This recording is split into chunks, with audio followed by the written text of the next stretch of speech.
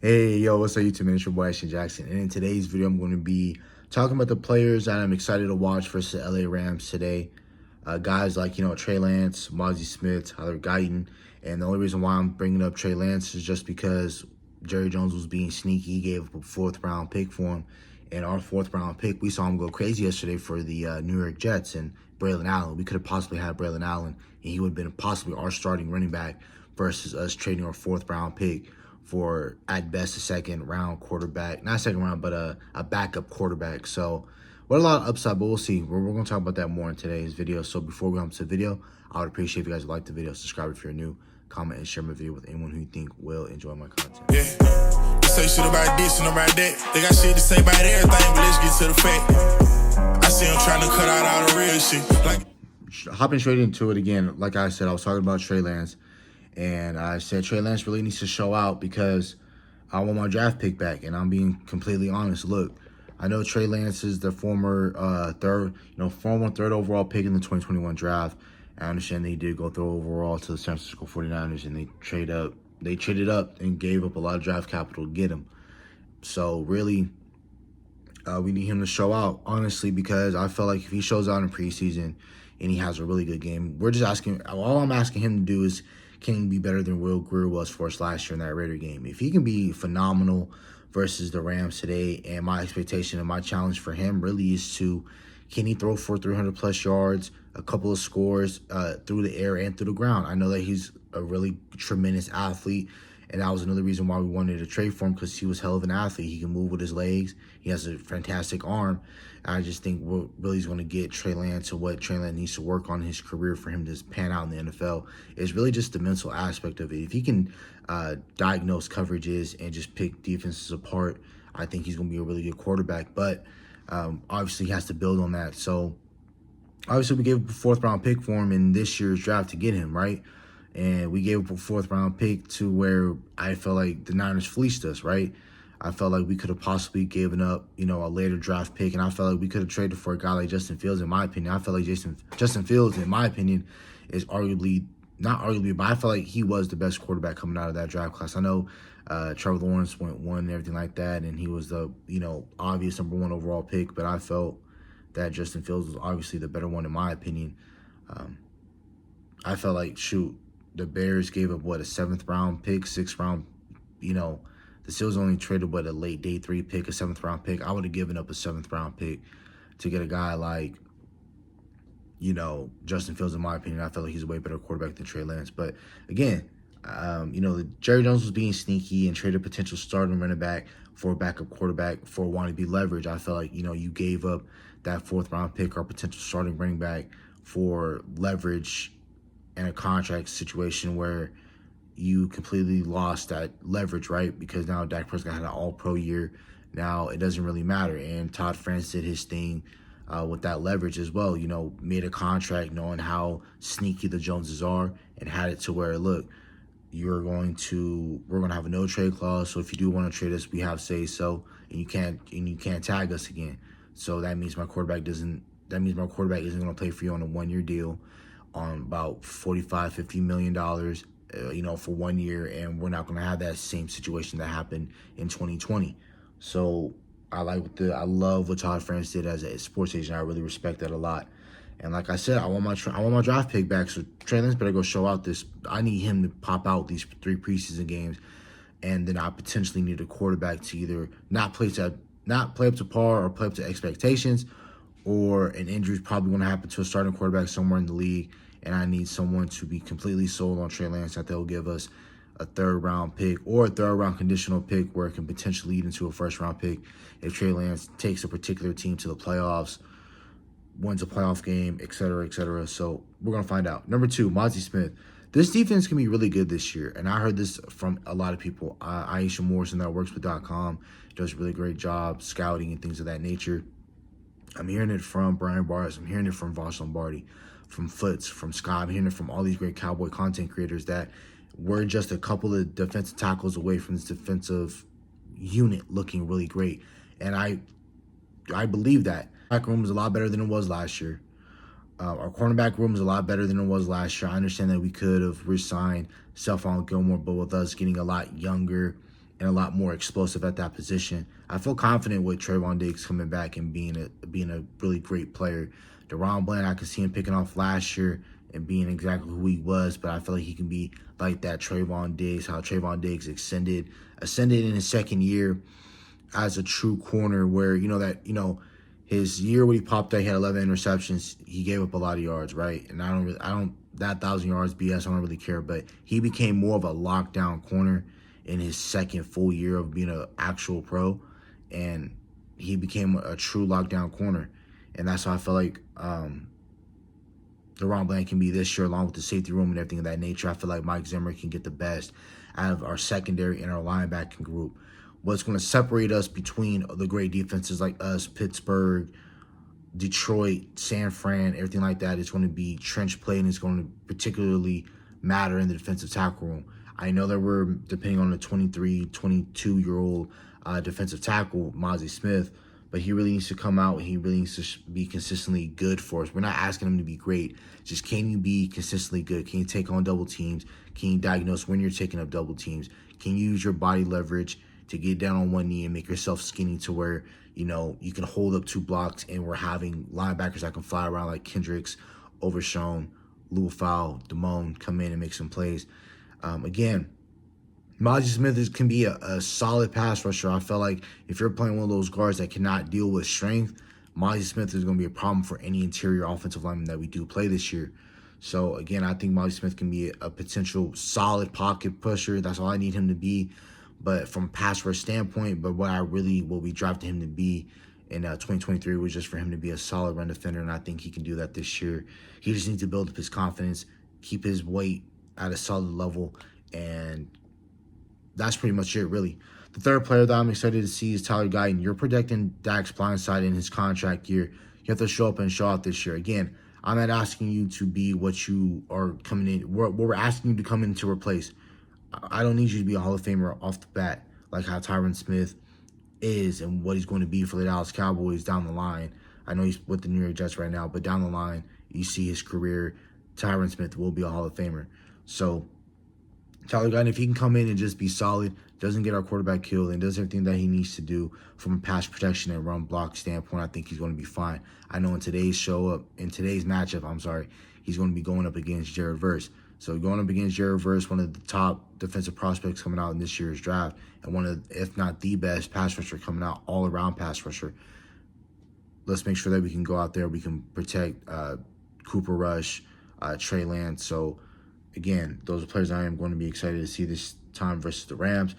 Cooper Beebe and Brock Hoffman, I know they're going to be switching off between first and second team reps, but I want to see what Cooper Beebe does. I personally want Cooper Beebe to win because I believe that he plays with tremendous power and has great anchor. Again, playing against Keanu Benton, playing up against Aleem McNeil, DJ Reader, Javon Hargrave, Justin Madubuike for the Ravens. You got the defensive tackles for the Washington Commanders, Jazon Newton, Payne, Allen. We need great anchor and great power. To me, Brock Hoffman is a great hat-on-hat guy. He can pick up a guy, but I'm not expecting him to get anybody out of A-gap and then move to second level. I feel like BB can do that at a high level. The only thing that's going to determine this matchup is how well can BB be with his snaps on a consistent rate. If he can't be consistent with his snaps, and all my dreams and hopes of him starting will potentially go down the drain. But I feel like even with him having some snapping troubles, I'll take that, knowing how well he can play in A-gap and move to the second level more than I would over Brock Hoffman. Again, having Brock Hoffman as your second center is a luxury, right? But we're going to figure it out, and I think today will be a great show. And again, we're playing up against Braden Fisk. We're playing Colby Turner. We're playing up against some really good defensive tackles. So I'm intrigued to see what Brock Hoffman and Cooper Beebe can do this year, right? Number 5, John Stevens, Beverin Span forward. I need the real tight end 2 to stand up. I believe that we're a way better team when we have 2 solid and healthy tight ends, let alone if we can at least get 3 to 4, because you think about it, Ferguson is head and shoulders above everybody else. Schoonmaker is going to make it because of politics. Now who's that tight end 3-4 going to be? Is it going to be Beverin? Is it going to be Stevens? Stevens was going to make the roster last year, and everyone talked about that. Even the front office, especially Stephen Jones. He said it in the pre-draft presser. Stevens was going to make this roster had he stayed healthy last year. And I firmly believe that as well.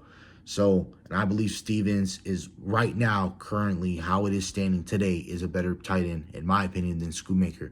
And I think Beveren can do whatever Schoonmaker can do, just he has a higher ceiling than Schoonmaker, in my opinion. So we're going to find out in this preseason. I'm waiting for Stevens to pop out. If he can pick up exactly where he left off, where he's making plays, showing great yak ability, we're going to be really great. And I feel like Stevens can really unlock this offense.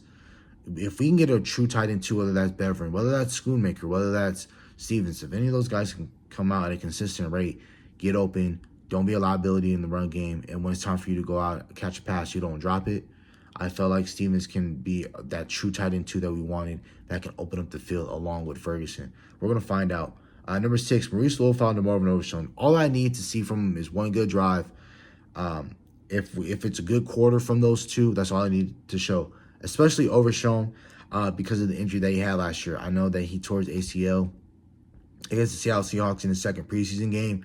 But if Overshown can come out, make a play, and do what he did last year against Tate Bisbee and meet somebody in the hole, in the gap, need is Overshown to meet Blake Corum, or if Kyron Williams is playing, meet them in the gap, stand them up, drive them back, however the case may be. Just do your part.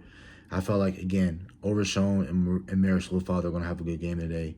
And all I need from Overshown and Littlefound, really, that tandem, have them play for a good drive or two, maybe a quarter, have those guys play, have them feet get underneath them. And that's about it, really. Just if they can get into shape, game shape. I understand they're already doing it right now in practice, something of that sorts. But all I need is Overshown to fully gain his confidence and say that, okay, I'm back. I know I showed it in camp, but all I need for him is one good hit on somebody, and he's going to be back. And I know guys like Overshown, all they need is one good hit, one good snap, and that's all it's going to take for them to kick into gear, and that's all I need him ready. If he shows out, put him in bubble wrap, he doesn't need to play anymore. Have Damone play some snaps, have Nick Virgil and all those other guys that we signed, Christian Harris that we signed just recently, just a couple of days ago on Thursday. If we can have those guys come out and play, that'd be fine. But again, we're going to find out. It'll be fine. Number 7, Marshawn Nealon. We just need a true defensive end, and I feel like he has position flexibility. I feel like he can play some 3 technique if we're doing a doomsday scenario, or it's 3rd and 15 and we need to go after Brock Purdy, Jalen Hurts, whatever the case might be. We just need all our best pass rushers. I feel like Nealon can kick inside if we need him to do that in a scenario like that. But when we're moving around Micah Parsons, we're doing AA mug sort of scenarios where we have Micah, we're having another linebacker go zero technique over the guard and the center, and we need that defensive end to go where Michael would be. I need Marshawn Nealon to play that part. I feel like Marshawn Nealon is going to be is going to have a really good game today. I feel like, again, he's going to be that tackle for loss type of dude, can constantly live in the backfield, has a great consistent motor, and the only thing he needs to build upon, in my opinion, is his pass rush. Once he builds upon that, I think we're going to have a really all-around defensive end. That's pretty much it. I think he's going to have a really good game today. Number 8, Kalen Carson. Just prove to yourself, Kalen, prove to yourself that you belong in this league and that you can be a potential starter. This is a guy, in my opinion, I feel like he's going to be one of the steals in the draft, along with Braylon Allen, along with the other guys that have been drafted as well in the league. But I feel like Kalen Carson, he slipped through cracks, and he talked about it before. He said that if I didn't play for Wake Forest, I'll play for one of these top SEC schools, whether that was Florida, Bama, whatever the case might have been, LSU. I would have been a first round. I would have been a day 2 first round pick. And I truly believe that. You look at his tape, how physical he is. He can play nickel. He can play outside. He's been making a lot of plays in camp. He picked off Jimmy Garoppolo. Not saying that's a big feat or accomplishment, but that's a confidence builder for a guy like Kalen Carson, drafted in the 5th round. So I believe Kalen Carson comes out and he makes a couple of plays. He fits well in the run game, too. He isn't afraid to hit. That's what I need out of my corners, right? Number 9, Nate Peat, undrafted free agent running back. I need him to show out. I need him to show out and make this running back room interesting. I need them to say, Zeke, you don't play special teams. I know you're cool and all, but I know we drafted you 4th overall in 2016, but we need more explosive backs. And if he's one of those guys, Nate Peat can be, if he can be an interesting back where he's like that Isaiah Pacheco, I know for every one Isaiah Pacheco, you'll have 15 Mike Webbers. If you guys remember drafting Mike Weber out of Ohio State in 2019 in that 7th round. And that's true. For every 7th round, every really good day 3 running back like a Tony Pollard, there's, a Malik Davis, there's a whatever running back, right? So we need Nate P to make it interesting in this running back room, and we just need to find out who our true explosive down in and down out running back can be alongside with Rico Dowdle. And I understand that we're probably going to carry 4 backs, 3 main running backs, and then our 4th one being Hunter Lepke. So let's see what it can potentially be with Nate Pete. And if he can show out and do something this year, that's definitely a guy that's probably going to make the roster over a guy like maybe Zeke. But I think if they keep Zeke because of politics, Deuce is probably going to have to see not special teams, but practice squad. I feel like Deuce Vaughn should make the roster regardless, just because I feel like he brings something different than Rico and Zeke. But if Nate Pete comes out and shows something, what does that mean for a guy like Deuce Vaughn? I understand also, real quick, while we're on the topic, we were linked to guys like Miles Sanders and Dalvin Cook. I'll talk about that in a later video after this preseason, depending on how it goes. And 10, last but not least, Jalen Marino Cropper. Everything that you did in camp, bring it over into this game. I understand you're not going to have Dak Prescott thrown to you. You're going to have Cooper Rush. You're going to have Trey Lance thrown to you. But show out in preseason. Take a kickback. Put us in great field position. I understand that. I've been seeing that a lot in this preseason with the new kickoff and the new dynamic kickoff. If you make 2-3 guys miss, you're damn near either to the house or you're on your opponent's end of the field where you're going to be at the 30-yard line on your opponent's 30-yard line. Jalen Marino Cropper, go out, make a play on special teams. When it's time for you to catch this ball, catch it, and do what you've been doing. Make some great yak ability. Do what you do really good in the slot, getting open, get underneath the defense. I feel like Jalen Marino Cropper is going to make this roster. He's going to make the game day 46, and I feel like he is going to be one of our dynamic wide receivers in the slot. And I feel like he can potentially bring something to this offensive side of the ball, especially if Dak Prescott having a rapport with him in camp. I felt like Jalen Marino Cropper can definitely do something this year and this season for sure. But all he needs to do is go out here and prove it and show everybody and show the coaching staff that he can truly play in this league. And I feel like he can make this game day 46. Again, that's about it. The 10, not 10 players, but again, the guys that I'm very excited to watch is 1, Trey Lance. Again, I want my draft pick back. Mozzie Smith, you're going to unlock this defense into what it can potentially be, and we can potentially reach our full potential if you can be a true run-stuffing nose tackle in your second year. Tyler Guyton, you're projecting Dak's blind side. I don't need much more to say that you're a rookie. I know you haven't had a whole lot of time and reps at left tackle, but you're going to possibly get them in this game. I need Cooper Beebe to win out of Brock Hoffman. Cooper Beebe can play with great power and great anchor. The only difference that's going to separate between the two is if Brock Hoffman is a liability and he has perfect snaps versus if Beebe is really great at power and anchor type things, but his snap is bad. I can see a guy like Mike Solari saying, that's why I want my guy, Brock Hoffman, to start.